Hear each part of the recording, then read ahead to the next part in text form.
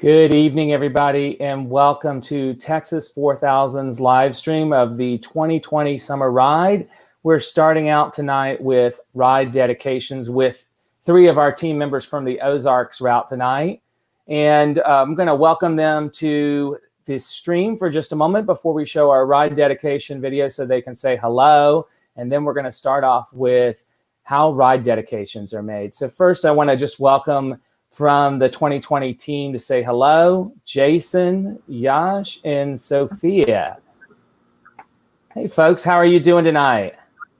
Great. Doing well, Scott. Wonderful. Well, we're really glad to see all of you. And if you could just say, a little bit about yourselves for just a moment, we'll get the ride dedication video queued up. So we'll start with Yash. Yash, tell us a little bit about yourself. Hey, everyone. My name is Yash Desai. I'm a student at the University of Texas at Austin studying biochemistry. And I'm a member of Texas 4000's 2020 Ozarks team. Awesome. Jason, why don't you go next? Awesome. My name is Jason. I'm a part of the Ozarks 2020 ride team.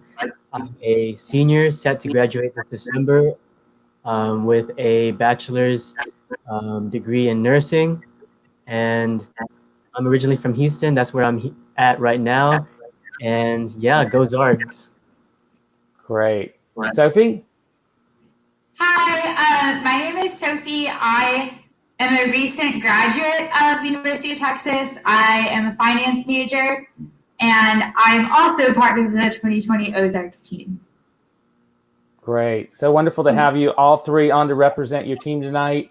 I'm going to start off with a little ride dedication video. We'll come back to the three of you so you can start making ride dedications yourselves. And we ask everyone who's watching tonight on YouTube and Facebook to make your ride dedications in the comments section on Facebook and YouTube. The writers will read them live on air, and we will thank you for making them and ride for those people, those loved ones in your lives who've been touched by cancer.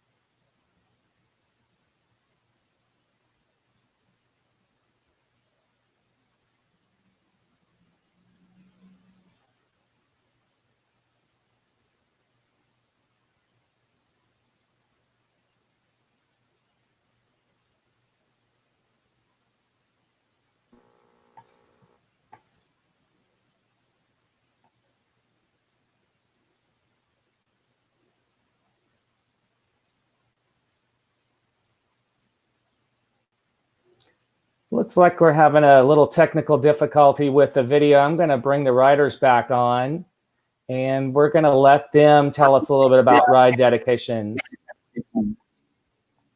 So, Sophie, why don't we go to you? We're having a little technical problem with the video introduction tonight. Could you tell us a little bit about how ride dedications work with your team?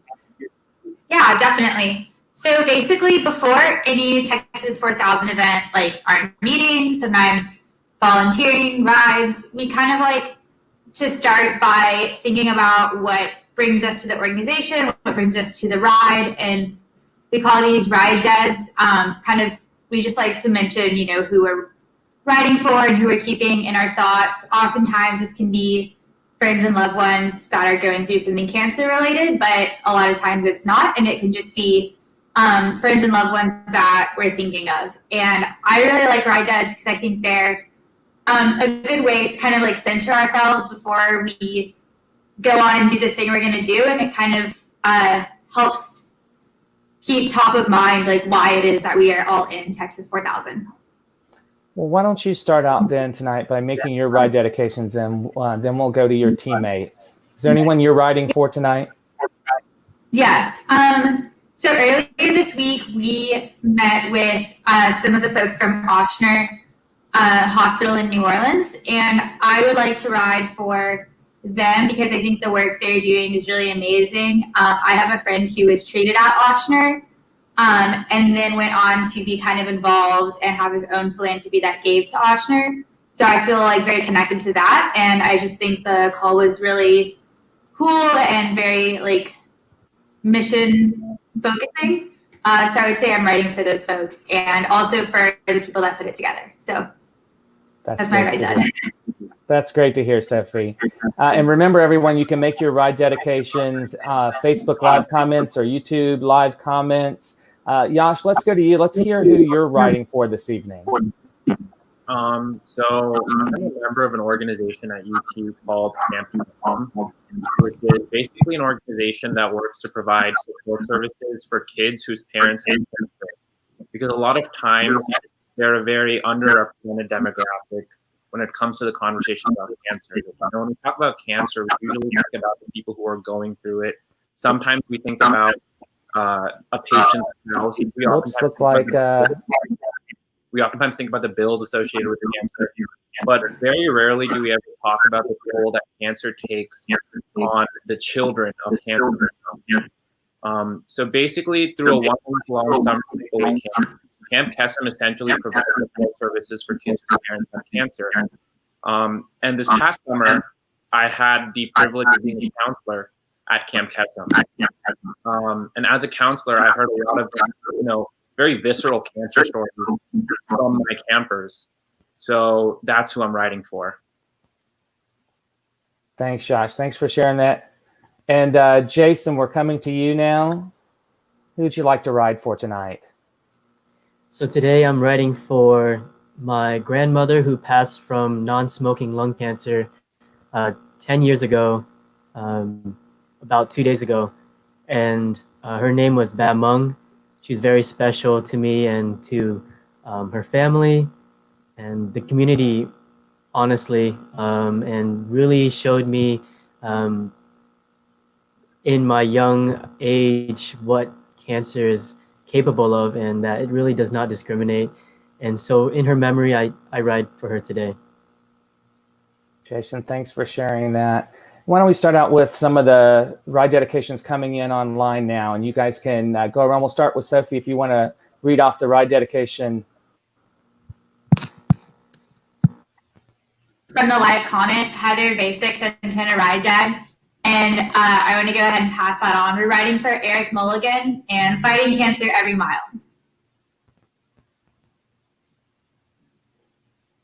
Josh, you want to take the next one? Sure. So Mike Silverman made a comment. He rides for his parents, so we're going to be riding for his parents, Warren and Paulette, and his friend Carlo, who were all taken too soon by cancer.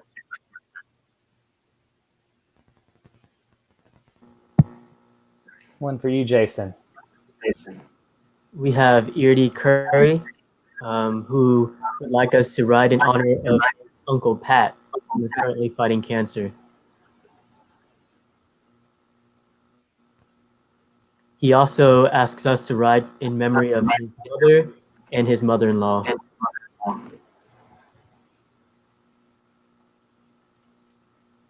Finally, as well, Eardie asked to ride for Americans who are getting shot just for asking for a shot.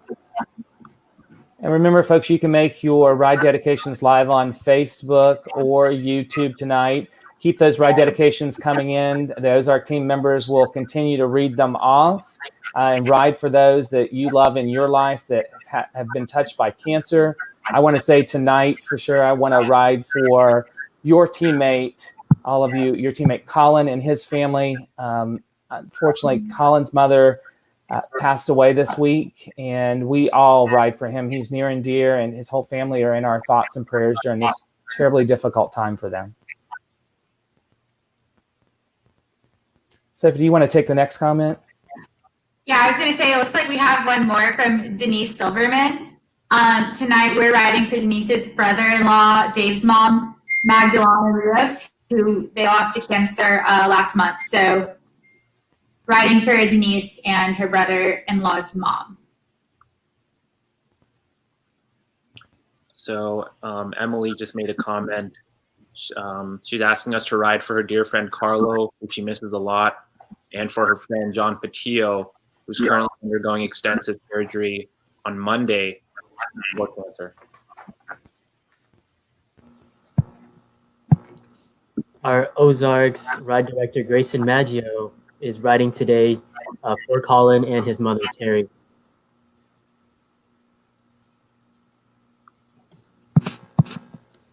Bill Simon is riding tonight for our wonderful friend Carrie Bowen, who's in recovery from breast cancer. So riding for Carrie.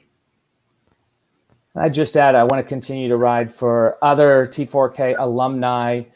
In the last few weeks, the last month, we've also had 2 other alumni riders who've lost parents to cancer recently. We're riding for them and their families during this difficult time as well. Looks like Jody's is inspired by all of you. Remember to keep those comments coming in, your ride dedications for the team, your messages of support for them. We will ride for everyone. So if you'll keep those messages coming in on Facebook Live and YouTube Live. Looks like we've got another one coming up here. Yash, do you want to read that? Oh, Sophie, go ahead. You read it. So this one's from Mary Sherry, and he says, today I rode in Virginia for Brad Lawmaster. It would have been his 45th birthday. He died last year at age 43, leaving behind his wife and 4 children. Colon cancer, which he battled for 7 years. Ride on for those who can't. Thank you, Barry. We are definitely riding for Brad Lawmaster and all of those who can't. So thank you. Barry, thanks for that ride dedication, sending that in for your dear friend. And folks, if you'll just keep those ride dedications coming, the folks from the Ozarks route that are on tonight are going to ride for all of them. And you can make that on Facebook Live and YouTube Live. So we got another comment. We're riding for Reggie, Zenaida, and Zoe.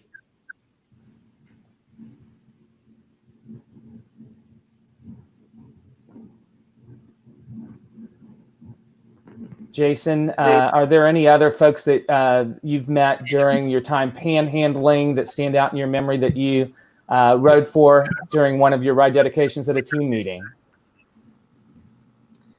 Definitely. There have been countless names who have offered their support in our panhandling efforts. And one that comes to mind is a man named Terry who had come by, and he stopped in traffic and actually made a roundabout into one of the medians and spent some time talking to me about how he had just fought and survived testicular cancer. And so to Terry and to the many supporters of Texas 4000 in our panhandling efforts and all of our fundraising efforts, thank you so much. And yeah, that's the one that really sticks out to me. So we have another ride dedication. Yeah, this one's from Leslie Jones. Please ride for my grandmother, Gina Jones, who we lost 15 years ago to breast cancer. So riding for Gina tonight. So our ride director for Ozarks, Grayson, gave out another ride dead. He's asking us to ride for Sarah Purnell, who's someone that he's met today during a ride and is currently battling colon cancer.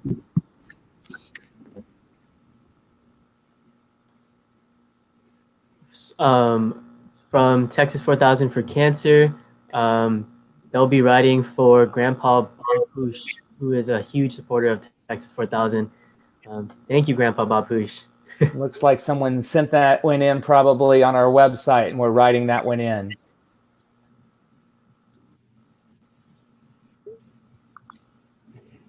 Sophie, you want to go with the next one? Yes, we have a really nice message from Kim Whalen. Go Ozarks. Thank you for your dedication and love for others. Love your spirit. Thank you, Kim. Thank you for your support.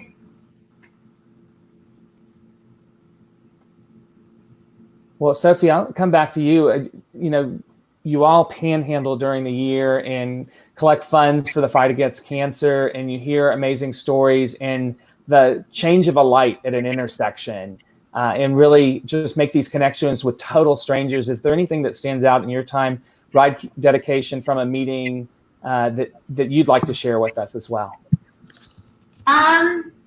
Honestly, I'll say I was always really touched by when my teammates would share with us why they ride, and it would be hard to specifically call out one or two because I think everyone on my team is so amazing, and I would look forward every night to hearing, or every Monday night meeting, to hearing other people's stories and hearing personally why they ride and what they dedicate their journey in Texas 4000 to.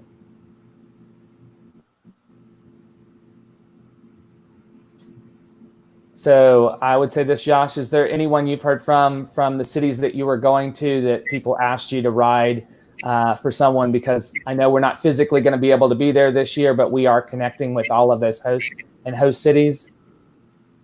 Has anyone reached out to your team that you're aware of? I don't think so. Actually, we were planning on meeting with the host earlier today, but the host wasn't able to make it to our meeting, so we weren't able to communicate with any hosts. But as far as some ride dedications that have really touched me throughout this year have been, again, as Sophie said, a lot of them from my teammates. I think it was always really interesting during the meetings when, a lot of us would talk about or give ride dedications to one of the 3 pillars of Texas 4000. So a lot of people would talk about how they're riding for hope, or how they're riding for knowledge, or how they're riding for charity. And I think those really stood out because, it reminded me that what Texas 4000 is really about, and it did a great job of keeping all of us,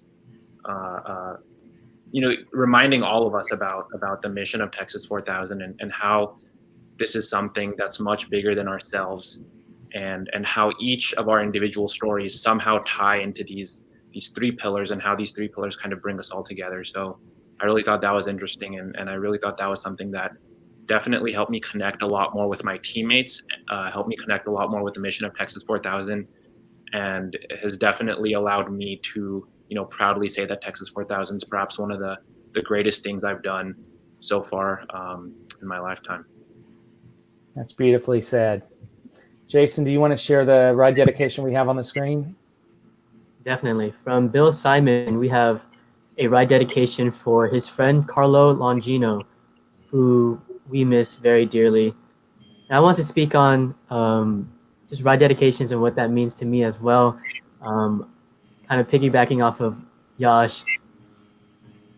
Really, Yash, you said it best. It truly has made Texas 4000 something I'm so proud of, because of the fact that we can be so vulnerable and so intentional with everything that we do, whether that's volunteering, as Sophie had mentioned, or riding in the morning, and the simple things, gatherings that we have, team meetings. Everyone has a chance to speak on why they're here that day and what brought them to this organization. And so it is truly a special Texas 4000, probably the most special in my opinion, and keeps us firmly grounded in our mission. So, beautiful thing. Thanks for sharing that. So we just got another ride dedication from Trevor Jones. We're going to be riding for his grandmother, Mary Chambliss.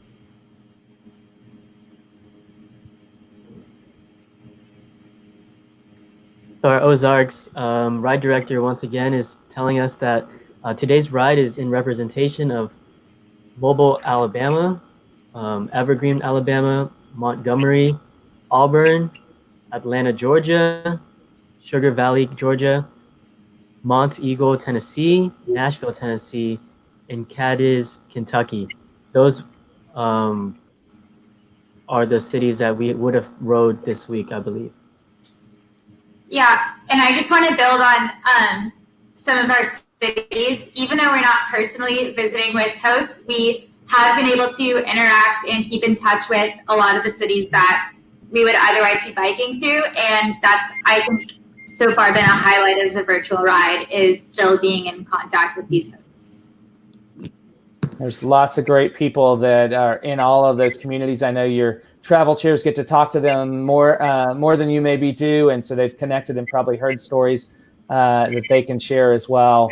And we implore those people to watch, and if they are watching, to share their ride dedications here live on Facebook, YouTube Live, and we'll read all of those.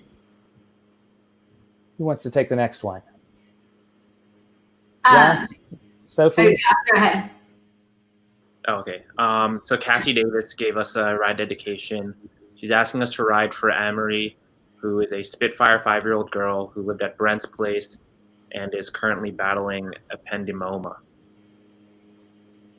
Thanks, Cassie, for sending that in. Just so you know, as you can see from the profile picture, Cassie's an alumni of Texas 4000 and actually worked at Brent's Place, one of the stops on the Rockies route, and one of our grantees from the organization as well.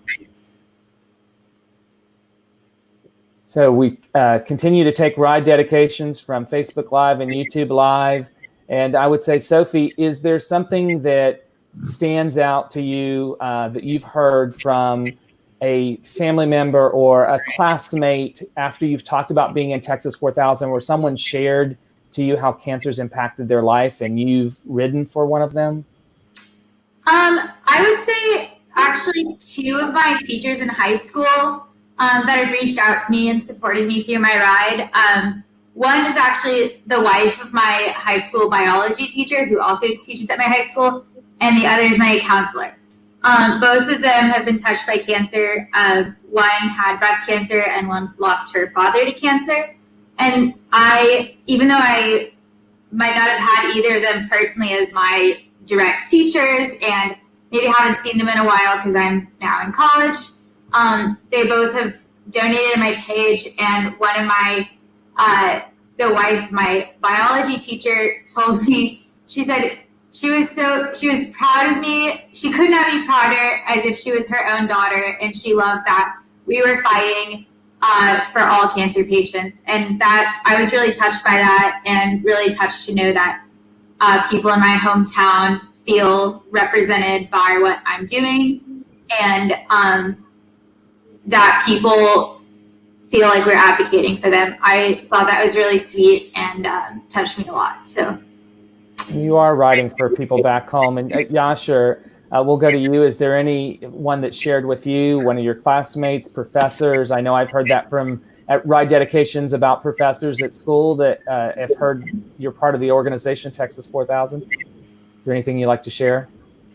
So actually my Spanish professor from this past semester, I shared with them that I was a member of Texas 4000. And I had explained to them what what Texas 4000 represents, what the mission is all about, and they had told me that they were a victim of cancer. They had survived cancer. I believe it was breast cancer, and that they were extremely proud of the mission of Texas 4000, and extremely proud of me for being involved in such a beautiful organization. And they had explained a lot about how initiatives such as Texas 4000 do a lot to promote hope and share hope, and give people, this idea that people are, in solidarity with them, and people are supporting them, and people are fighting for them the best way that they know how. So I think that just goes to show the amazing work that Texas 4000 does, and the extent to which it touches so many lives. And just when I talk to people about Texas 4000, so for example, when I was talking to my Spanish professor about Texas 4000, their faces just light up immediately when they hear about the mission and hear about what we're doing. And so I think that definitely is just representative of the fact that Texas 4000 does such good work for so many people, and does a lot to bring people together and remind people that there is still hope in our world. That's great. Jason, do you want to read our ride dedication here on screen? Definitely.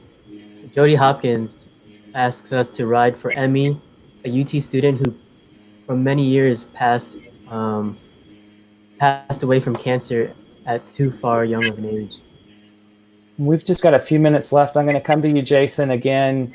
You know, as Joshua and Sophie have been sharing there, that how does it feel to you when you talk about Texas 4000 and someone shares their experience with you? How does that make you feel to be able to ride for them? As Josh said, their face lights up to know that there are young people like all of you carrying on that fight, doing something in the fight against cancer, representing all of these people and giving them hope. What is that like for you? That's so hard to describe, and I think that's something that I've tried to describe in the year and a half that I've been a part of Texas 4000, and truly it's beautiful. That's really what this is, and the fact that we're capable and healthy to take on this mission, take on the burden of finding a cure and helping all of these cancer facilities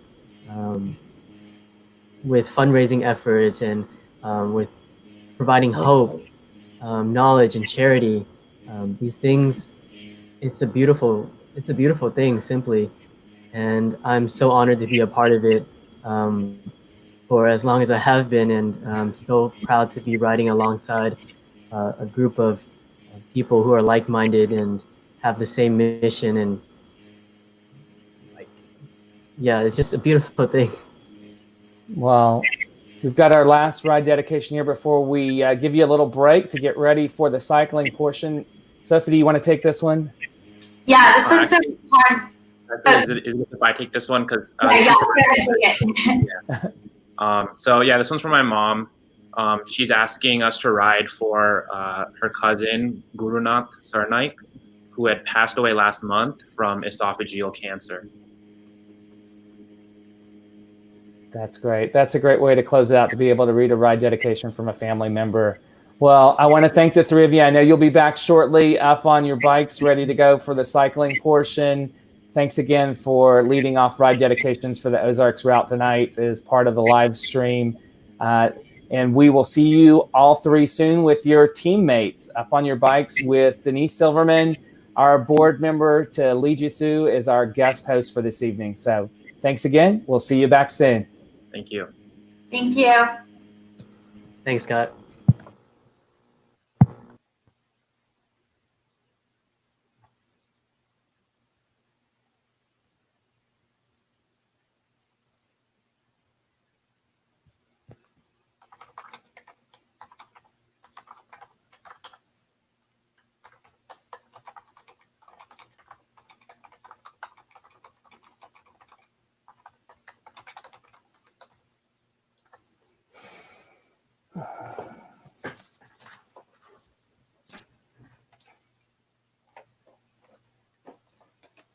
Oh, where's my live stream is in here, right?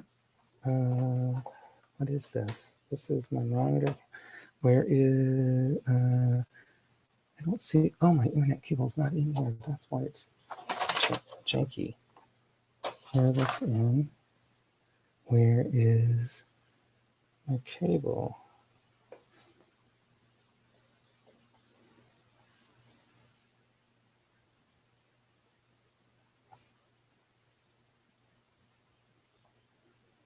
I have another cable. Oh, there's one right there. That's one's missing.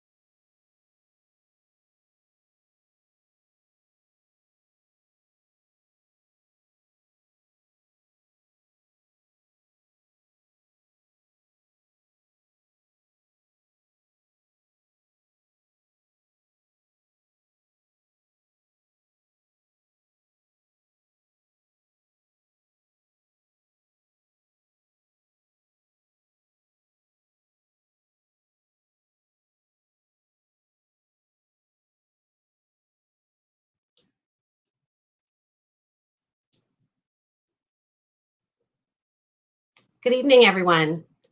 Thank you for joining us for the 2020 Texas 4000 for Cancer virtual ride to Alaska.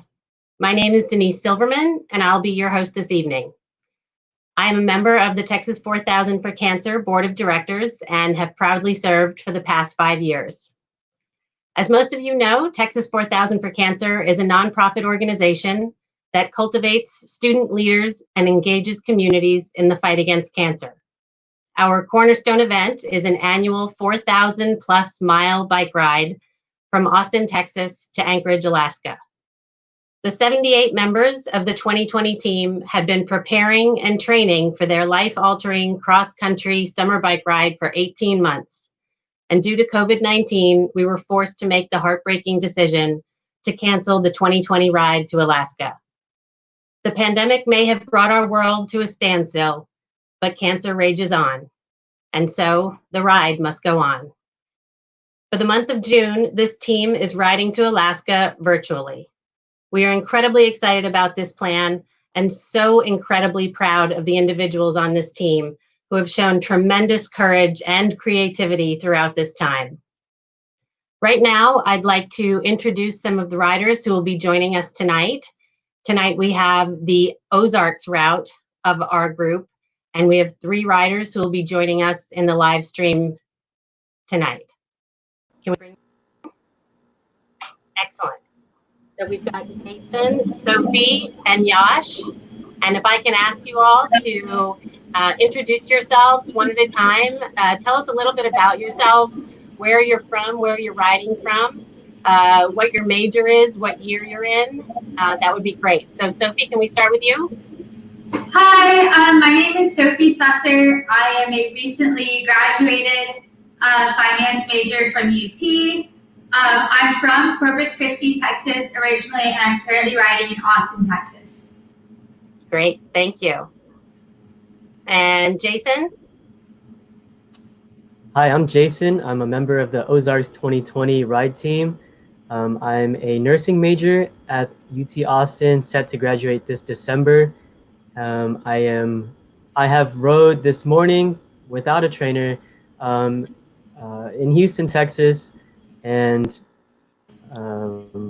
yeah. Great, welcome. We're glad you're here. And Yash? Hey everyone, my name is Yash Desai.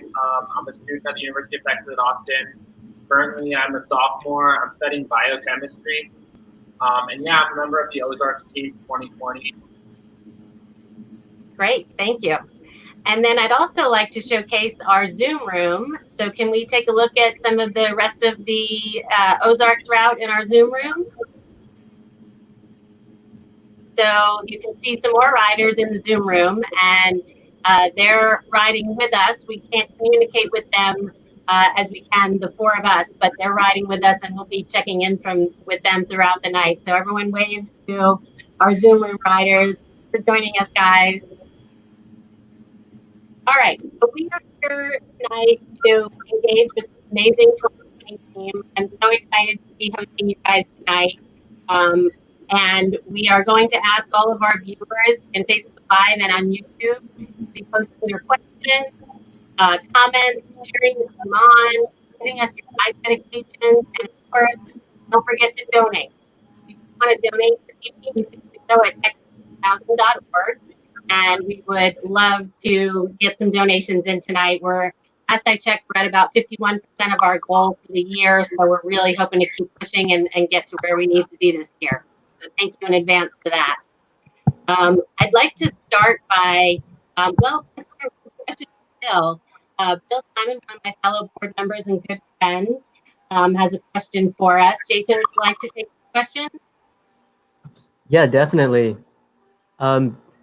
So Bill, I decided on to the Ozarks route because a lot of the 2019 members who I was friends with really voiced that Ozarks was the most mission focused, and not to say that the other routes were not, but the fact that Ozarks does reach out to more hospitals as well as research facilities along their route really enticed me to become a member of the Ozarks.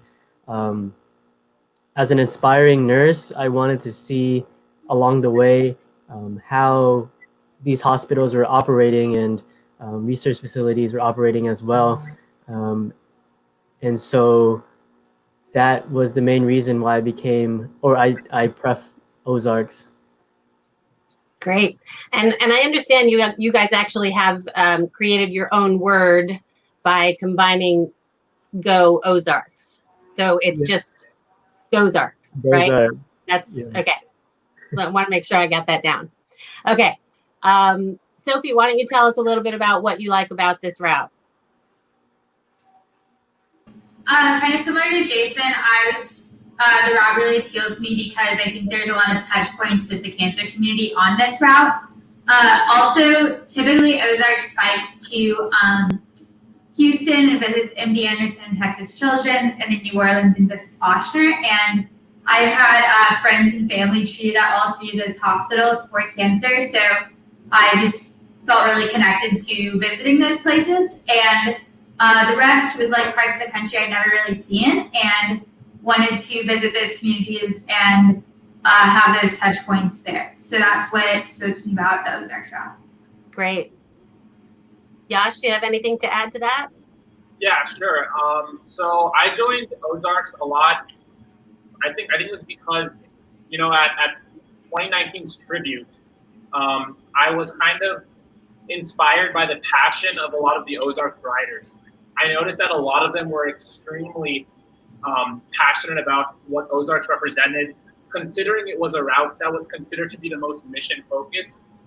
So I think that really solidified my decision to be an Ozarks rider.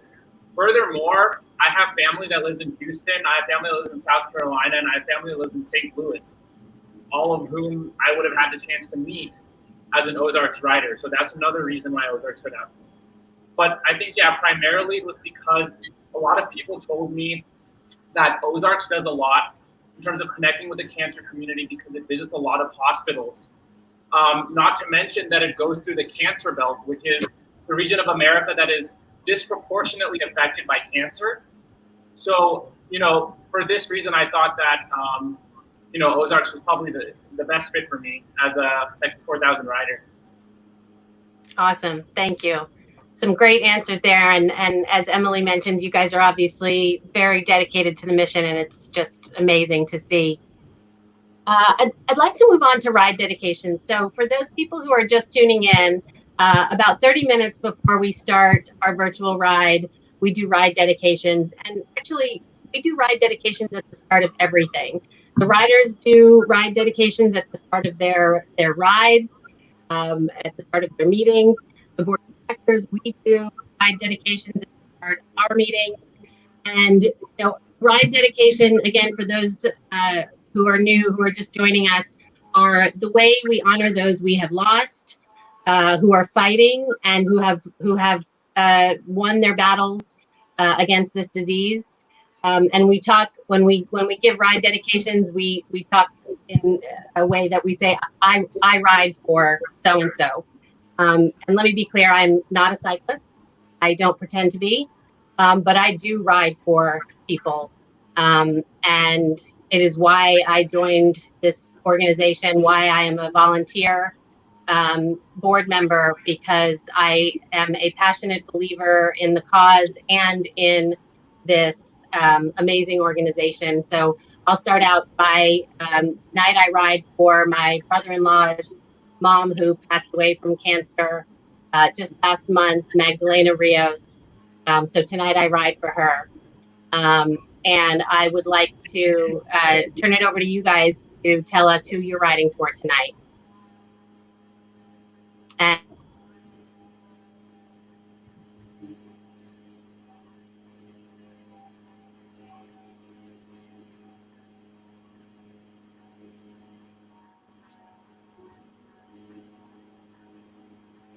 Denise is frozen there.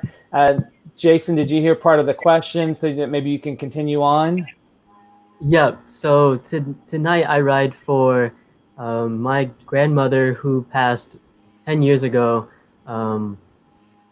around this time. from non-smoking lung cancer. She was very near and dear to my heart and to the community. She was part of a Vietnamese church that I grew up in, as well as a lot of my friends, and she participated in a lot of the bake sales, and a lot of people knew her, but unfortunately she did have to fight non-smoking lung cancer and passed very early. So for today, I ride for Ba Mung, my grandmother.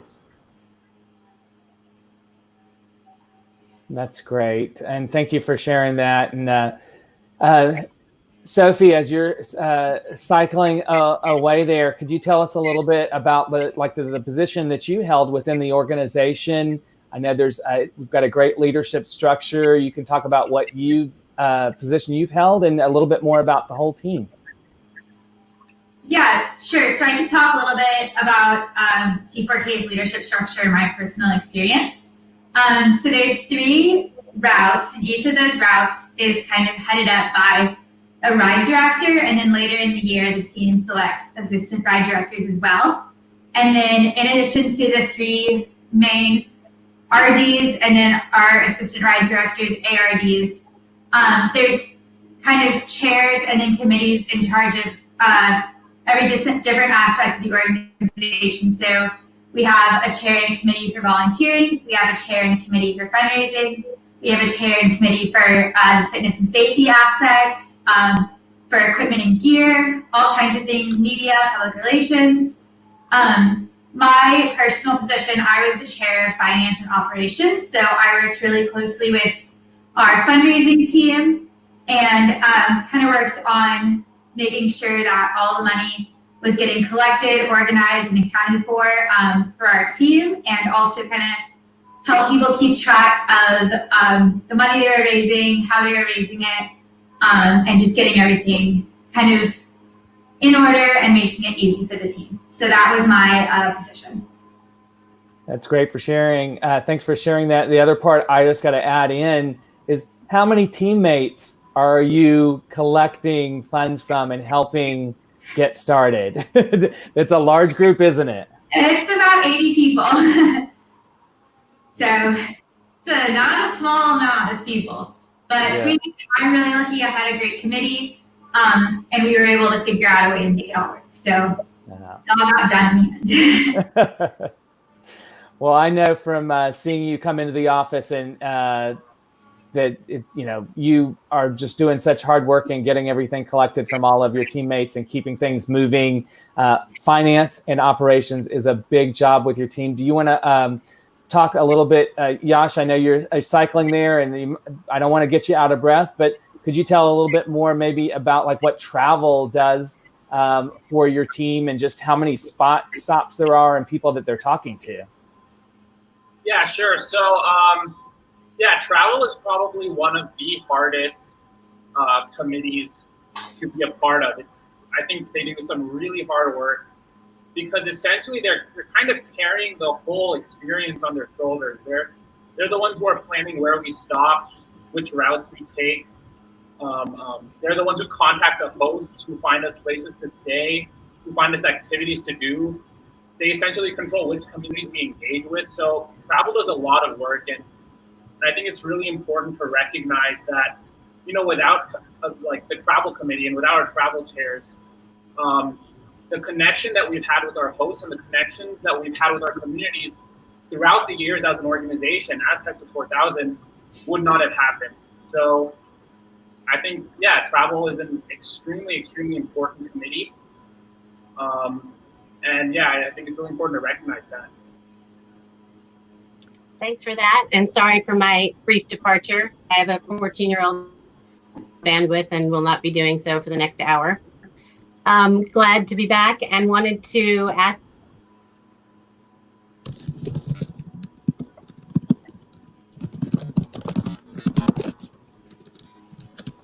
Looks like we might still be having a bandwidth issue there. And Denise, welcome back. Just a little glitch there. Yes. Can you hear me? We can hear you. Okay, good. Okay. So I'd love to talk about the leadership development program, because as much work as you guys do to train and become, expert cyclists for this ride, this is also a leadership development program. So Sophie, can you tell us a little bit about what that is and what it means to you personally?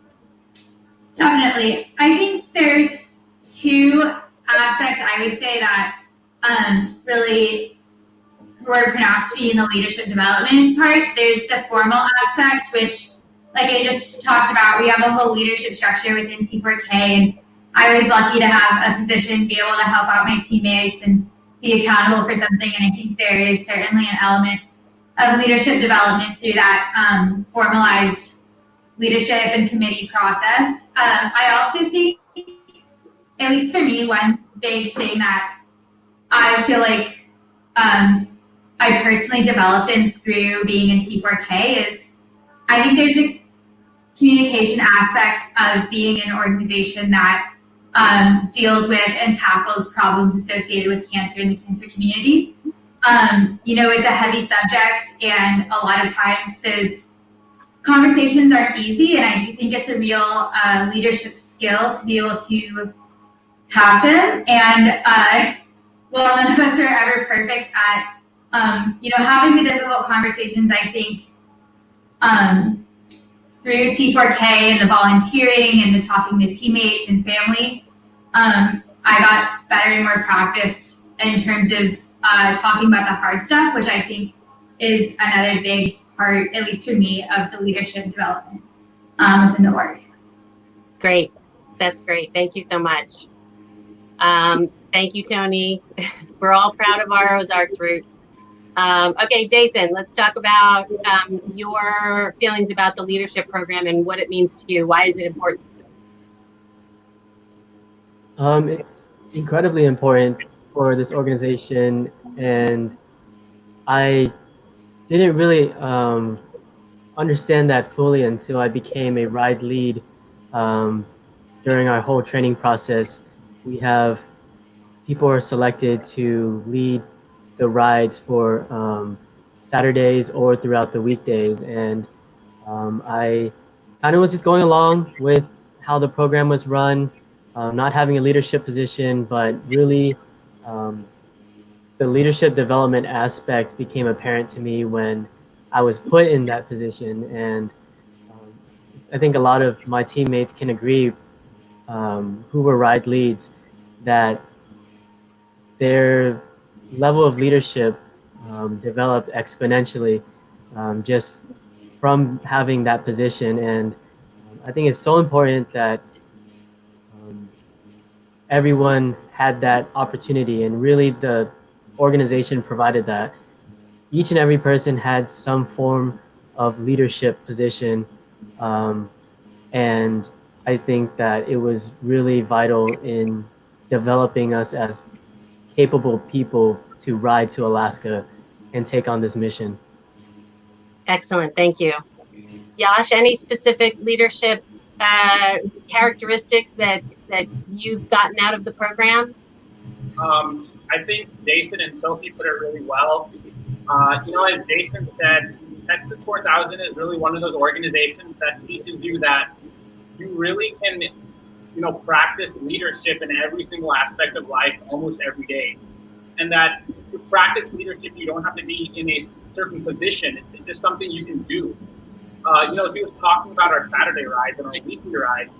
And, cycling is actually a very dangerous sport. It requires a lot of concentration, a lot of focus, a lot of coordination. So in that sense, really everybody who's riding, you have to step up and be a leader in some sense. The person at the back of the cycle is just as important as the person who's physically leading the cycle. So, I think Texas 4000 in that aspect has showed me that I can be a leader every single day in almost every aspect of my life. And I think something that Sophie talked about, which is something that a lot of people don't recognize because we don't talk about it as often, is the fact that being in Texas 4000, we really learned how to confront and how to talk about some of the more difficult aspects of life that a lot of times we don't want to talk about or we don't want to recognize. So being in Texas 4000, I've heard a lot of cancer stories, a lot of visceral cancer stories. And, it takes an emotional toll. And I think I've been privileged enough in life not to be exposed to such emotional trauma and not to have to deal with things of such emotional weight until I joined Texas 4000. So I think Texas 4000 has given all of us that exposure and has given all of us that ability to, get better at talking about some of the hard stuff, because that's probably one of the most important things we need to learn. It's how to talk about the hard stuff, how to sympathize and how to empathize with people who are going through something you probably haven't gone through yourself.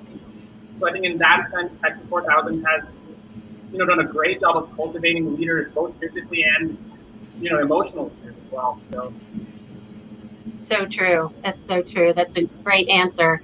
And it's like these leadership skills are so important in life and in your future careers. So this is just a great option for you guys that gives you an education as well as this experience of a lifetime that you're engaging in right now. Okay, so we got a question from Megan, our board chair, and she said, "Way to go, Ozarks team! You're such an inspiration. Would love to know what you have learned most from your time in T4K." So, Jason, why don't you tell us what's been the biggest thing you've learned in the last nearly 2 years that you've been participating? Wow, that's a great question. There are so many things I've learned throughout my time in Texas 4000, and the one that comes to mind would be change starts with us, and us can be a group of people that you form in your workplace or in your community or with your family or whatever it may be. Whatever change that you want to see, it starts with you. And I say us because truly you're not alone in what change you want for yourself and for what the world around you looks like. And that really became apparent to me working with my team members in Texas 4000 and all of the volunteering that we've done, the fundraising, the leadership development. So much change has happened from the time that we've joined Texas 4000 up until this point in every facet of my life. And that's translated to so many other facets of my life where Texas 4000 might not be so apparent, but the lessons that I've learned from this organization carry in those areas of my life and to areas in the future of my life as well. Great, thank you. Yash, how about you? I think kind of going off what Jason said, I think the biggest thing I've learned being in Texas 4000 is that we can really all do our part. A lot of times we tend to think that the problems in this world are a bit too big for people that are just common people like us. But I think Texas 4000 kind of shows that there are many ways to fight some of the world's problems, right? A lot of people think, well, if I want to combat cancer, I have to become a doctor, I have to become a researcher. But we're showing all that that's not necessarily the case. You can do something like getting on your bike and supporting cancer victims. You can do something like just standing in solidarity with victims of cancer, donating small amounts of money in any capacity possible to cancer causes. And then you can do that with many different aspects of activism and when it comes to trying to solve some of the problems in our society, right? So I think Texas 4000 has really taught us, or taught me, that if you commit to doing good things and if you commit to being a good person and fighting for good causes, it doesn't matter at what level you do it, because we can all do something. That's right. We all can do something, right? Exactly. Educating, learning more about how we can be a part of the change, protecting ourselves. There's something we can all do. Sophie, how about you? Yeah, so I think Yash did a really good job earlier when he talked about, what the organization teaches us in terms of empathy, and we kind of already talked about some of the leadership stuff within T4K. So I want to answer this a little differently. I'm a finance major. I've never really taken any healthcare classes or biology classes, and what I really appreciated through my experience in the organization is just learning about what it will take to address cancer and what good patient care looks like, what it can look like, what research for the disease looks like. I found all of that really interesting, talking to my teammates who are going into medicine, visiting MD Anderson. All of that was incredibly meaningful and for me, very educational and motivational. So I thought that was really cool. And I really love that we get to be just a really minuscule part of the solution, but we still get to play a part nonetheless. So it means a lot to me. That's great. Thank you for that. So we've been doing a lot of commenting here, and there's been a lot of great questions. So let's back up and see some of the questions we've gotten. This is my husband. He's a little bit of a plant. So he's asking, for those who may have missed it, where can we get some of that great T4K merch, like my shirt and my tumbler? So we can go to texas4000.org. There's tons of merch. And speaking of merch, let's talk about those jerseys. So Yash, can you show us, if you can like sit up a little and show us your jersey? I've heard such amazing things about this year's jerseys, and maybe Yash, you can start by telling us a little bit about how the jerseys come to be, because they're different every year, and you guys play a big role in designing them. Is that right? Yeah, so basically we give ideas to staff about what we would like to see on the jersey. A lot of our teammates are really good at art, and kind of work to put their designs on paper and give it to staff for some inspiration. So yeah, it's really very, very much run by us.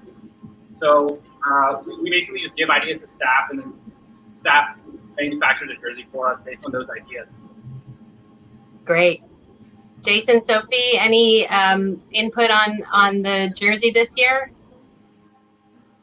None other than that, we're really grateful for all of our sponsors, and we're just so happy that they were able to help us make this happen, and we're proud to have all their logos on our jersey, so thank you.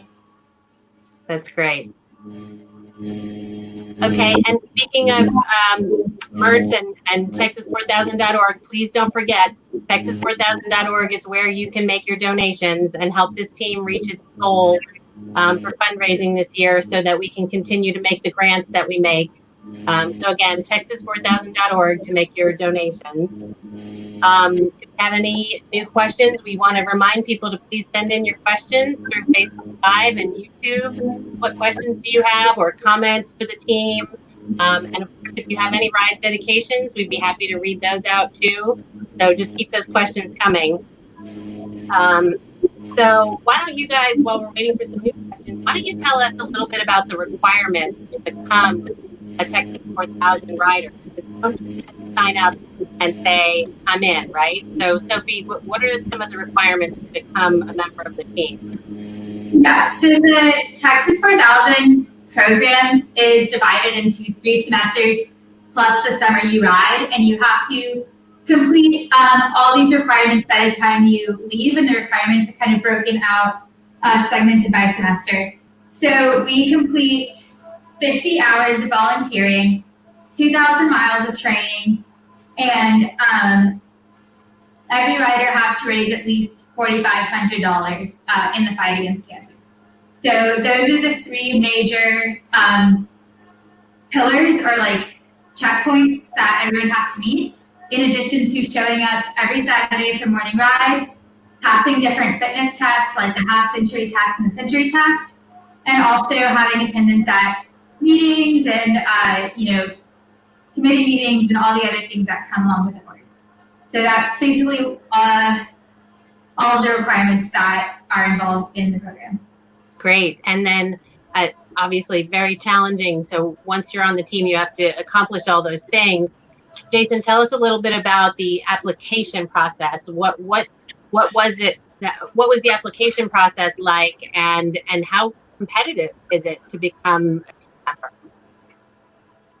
So Texas 4000 is quite well known throughout the campus, as well as the fact that anyone can join.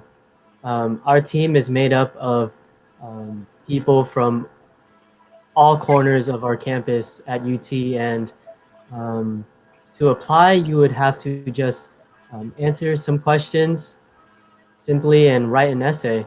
Very basic questions such as why you would want to join in the first place, and understanding the requirements that Sophie explained with the fundraising, writing, and the 3-semester commitment, including the summer.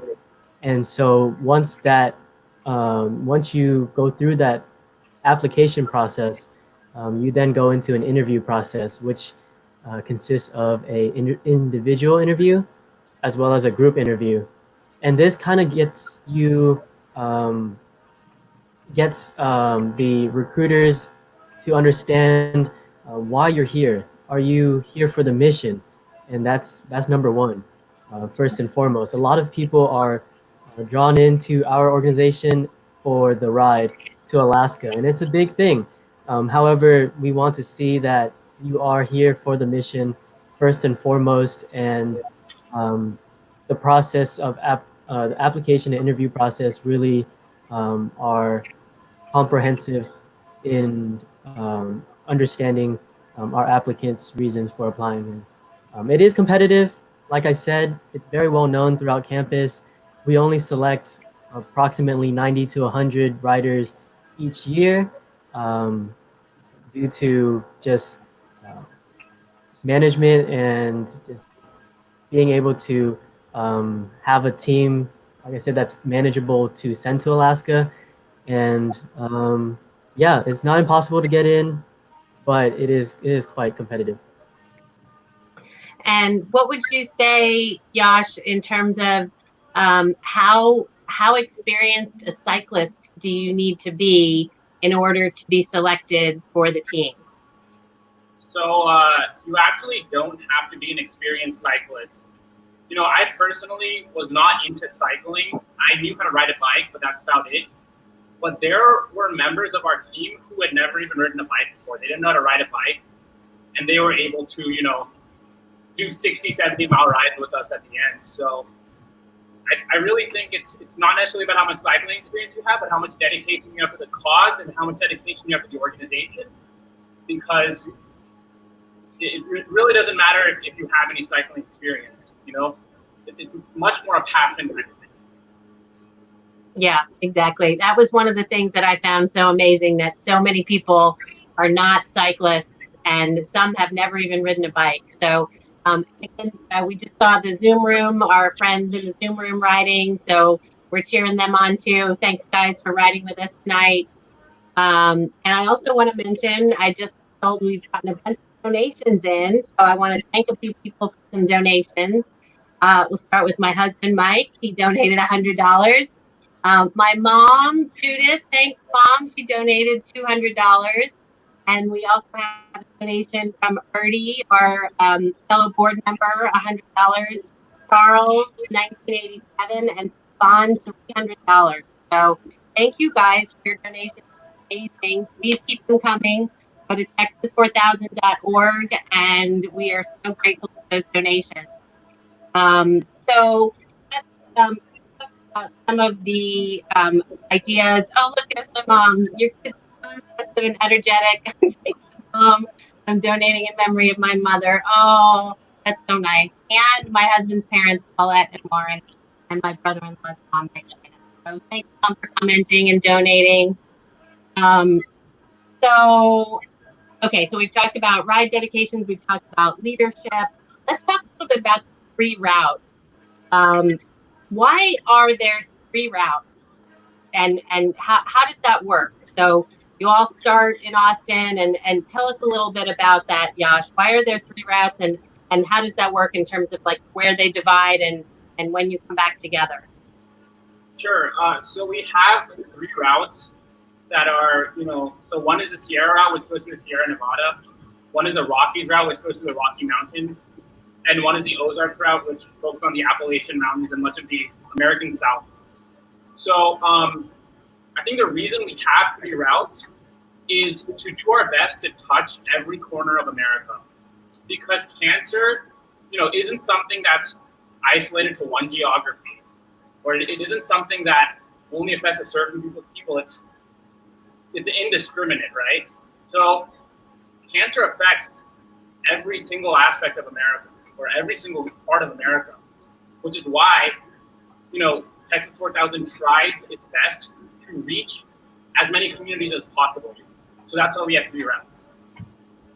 And Sophie, why don't you tell us a little bit about the importance of the hosts? Because when you're riding 70 days, you're stopping to sleep somewhere every night. Where are you guys stopping to sleep every night?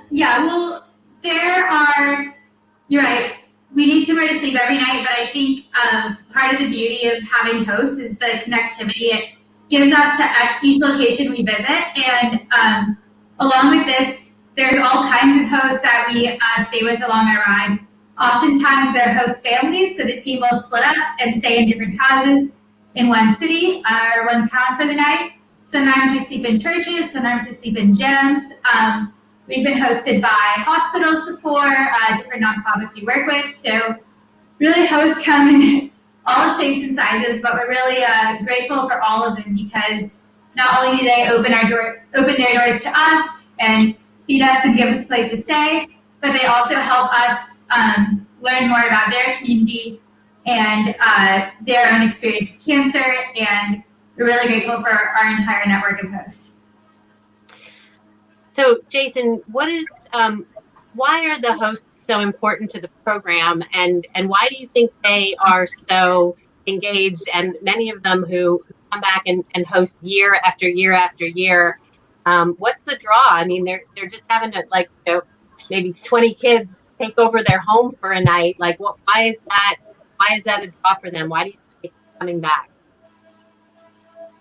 So it's incredibly generous what the hosts do for us every year, and truly they come back and host every time because of the fact that they trust us to carry out the mission. They trust us that when they house us that one day that they can safely send us off to the next city, and for us to safely do this every year. And a lot of our hosts are supporters, as you said, for many years, as well as alumni or people who have just heard us out of the blue. I remember meeting Keith Forrester, who is who receives us in Alaska, in Anchorage. He had heard about Chris Condit and his ride team just in the newspaper. He was a UT alumni and keeps up with, I think, the Longhorn team, the football team, and somehow came across this crazy thing that these college students were doing and decided to throw us a huge party. And they continue to do so even in 2020, ever since Chris's first ride team. And so it's truly beautiful what they do, and we're so grateful for their support. We really couldn't do this entire ride without it. And yeah, he was in 2004. The Forrester family have been hosts since the original ride, and we're so grateful for the Forrester family, as well as the many hosts who continue to support Texas 4000 for cancer. Yes, absolutely. The Foresters and the Alaska chapter of the Texas X's have all been supporting Texas 4000 since 2004, and we are so grateful for their support. So let's talk a little bit about the organizations that Texas 4000 supports. We just talked about some of the generous donations we have had. Yash, can you tell us a little bit about what cancer research and cancer support service organizations that Texas 4000 grants and supports each year? So I know Texas 4000 gives a lot to, like you said, cancer hospitals and cancer research networks such as MD Anderson. They also do a lot to give to, cancer support services. So, for example, organizations that are more focused on palliative care or end-of-life care, such as, I believe, Brent's Place is one of them. So yeah, Texas 4000 really aims to attack every aspect of cancer. Not only does it fund like research and innovative means of curing and diagnosing cancer, but it also focuses on things that oftentimes get less funding and less attention, which is how people who have cancer can deal with it in a more painless, more comfortable way. Absolutely, absolutely. Jason, any input on some of the organizations that Texas 4000 supports with its grants? Definitely. One that really stood out to me was that we fund UT BME's program, and that stands for Biomedical Engineering. And truly, BME at UT does something special in that they are coming up with incredible innovations every year with our funding, and we really truly believe that our funding is in good hands because of all of the news that we hear about their research. Great, yes.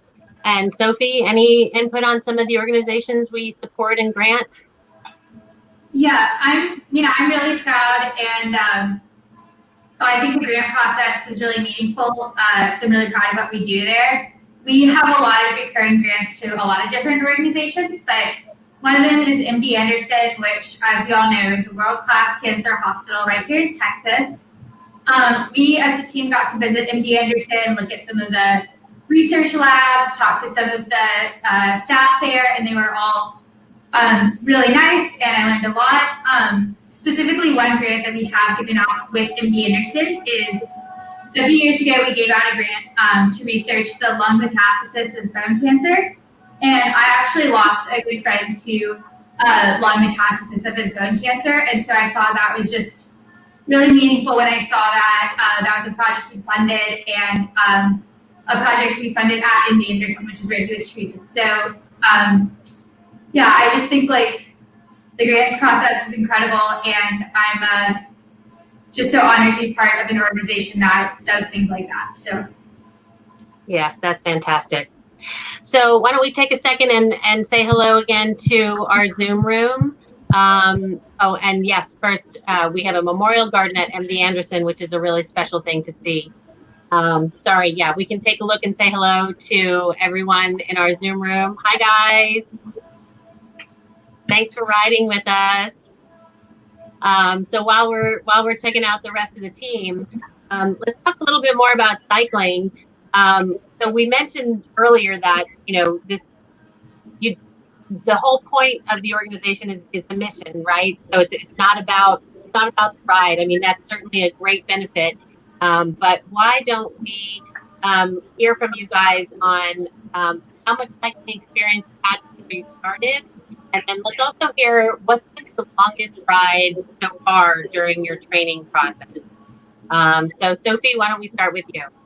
okay, I had very negligible cycling experience when we started. I had never clipped into a bike before. I fell like 3 times at our training camp, but it was really fun, and like I ended up really enjoying biking. The longest ride I was able to do was 73 miles before coronavirus kind of changed our training a little bit. Wow, that's awesome.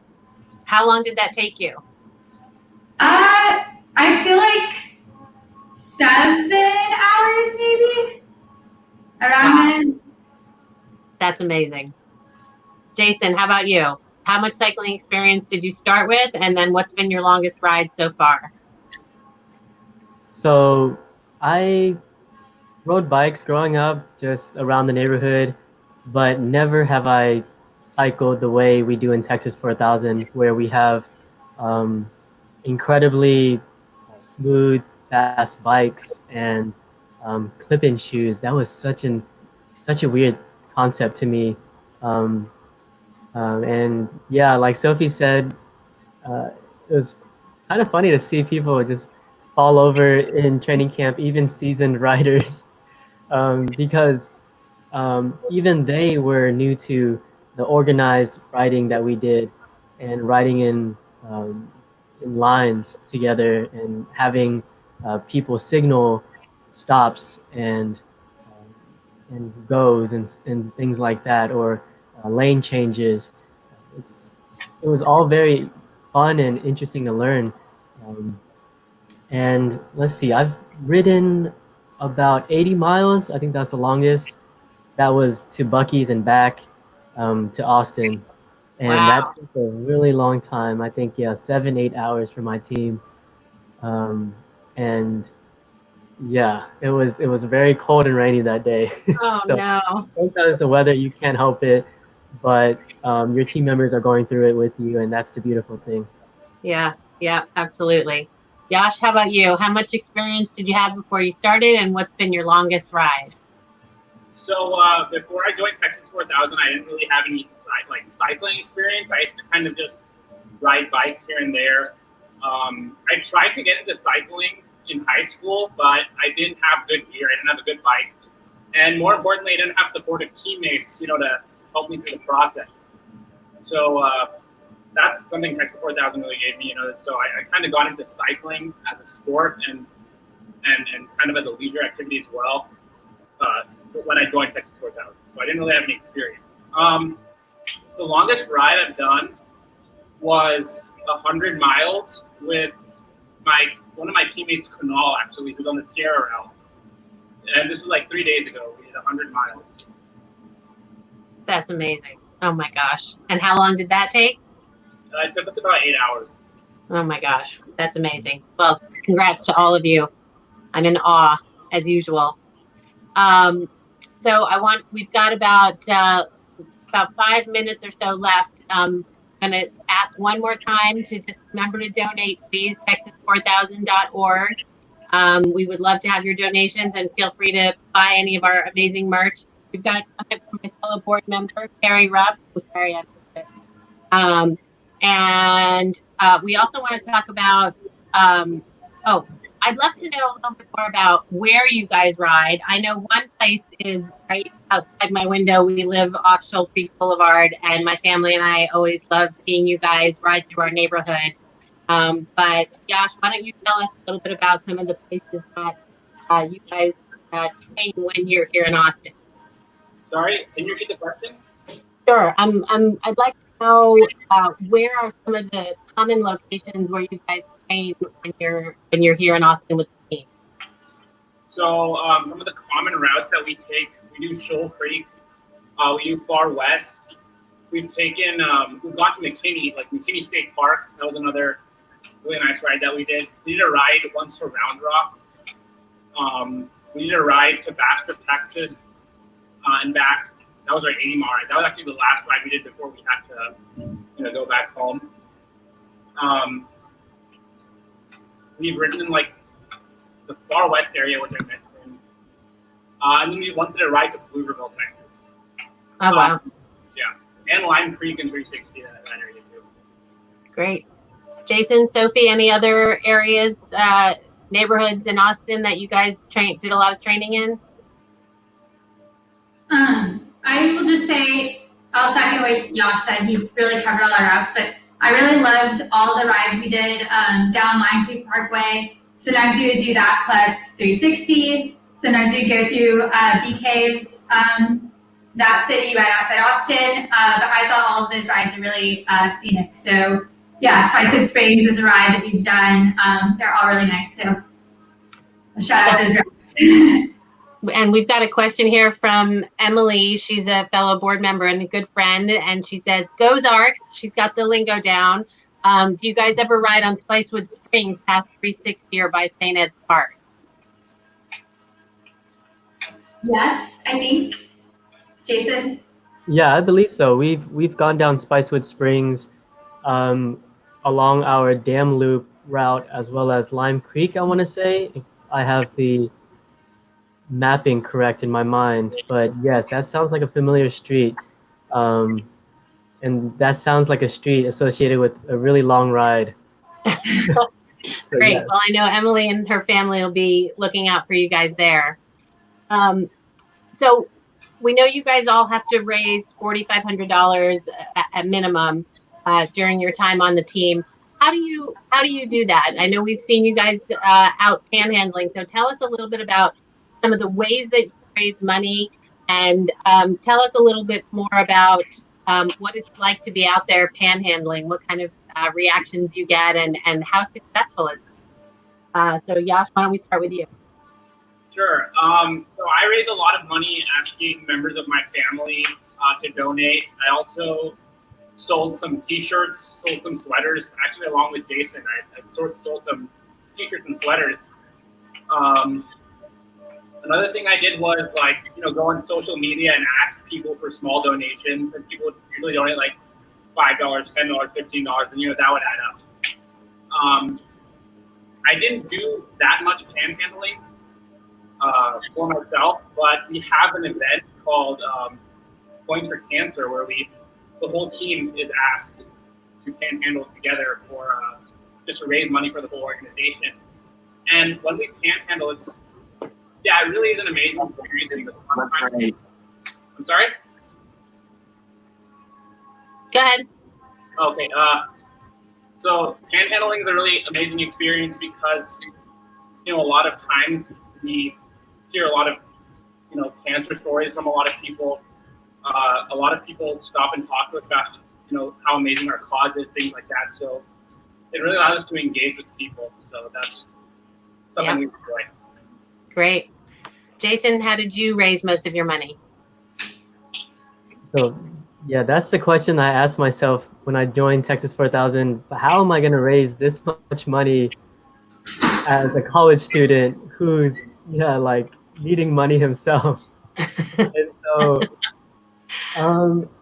at first it was a slow start, I'd say. In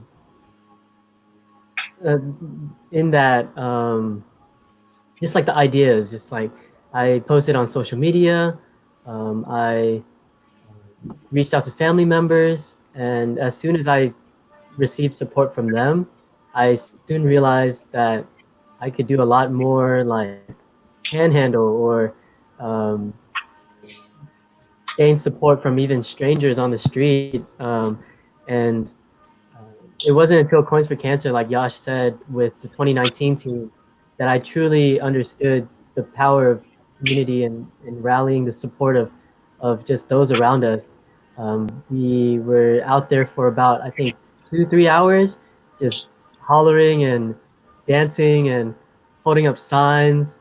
And yeah, we just had that new team energy along with the 2019's energy too. But it was just great to see the two mix, and it was just a great time. And by the end of it, we had raised so much money, and that was so encouraging for my personal fundraising endeavors after. So I started selling sweaters, shirts.